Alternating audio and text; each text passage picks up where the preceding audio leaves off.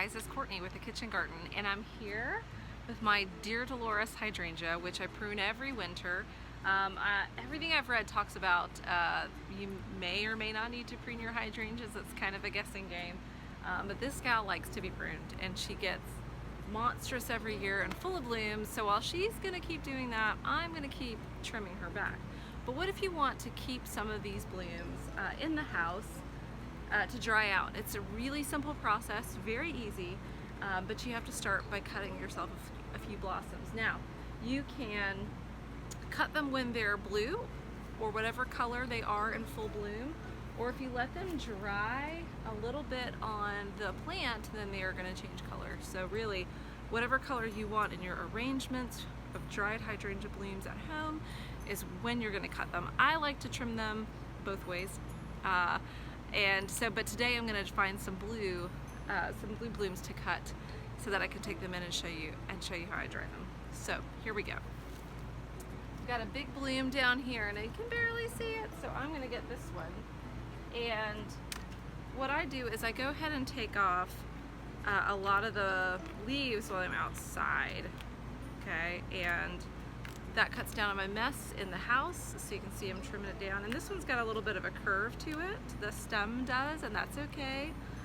So I'm just gonna take off, use my shears, and take off a good amount of the leaves, okay? Flower arranging, if you're just gonna have a simple arrangement of your hydrangeas, then always do it in odd numbers. So 3 big blooms or 5, never just 2. It doesn't balance out well. So let's get a couple more blooms for drying.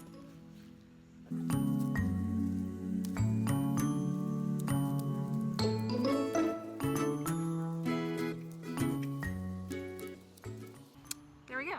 You also may want to shake the bugs out a little bit. Sometimes we get a little hitchhiker inside, and so what we're going to do is we're going to take the blooms inside and set them.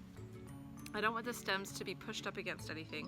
I'm going to set them in a vase or a pitcher. I use a glass pitcher so that they can kind of hang over the side, but that the bases aren't touching anything and the flowers aren't being crushed by like laying on the counter or something like this.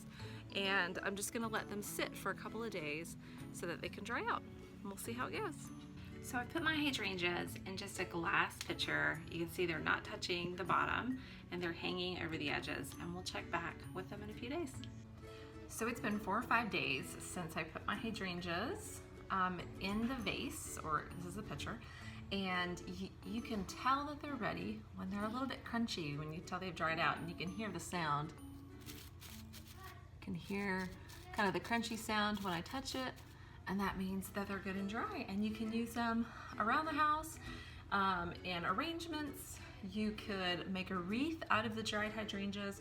I would wait until hydrangeas are dried to use them in a wreath, and I keep them for up to a year, and they will fade with time, but they'll still maintain whatever color they are when they're dried, a bit of that appearance. So just the longer you have them, the more dried out they'll get, obviously, and they'll lose a little bit of their color.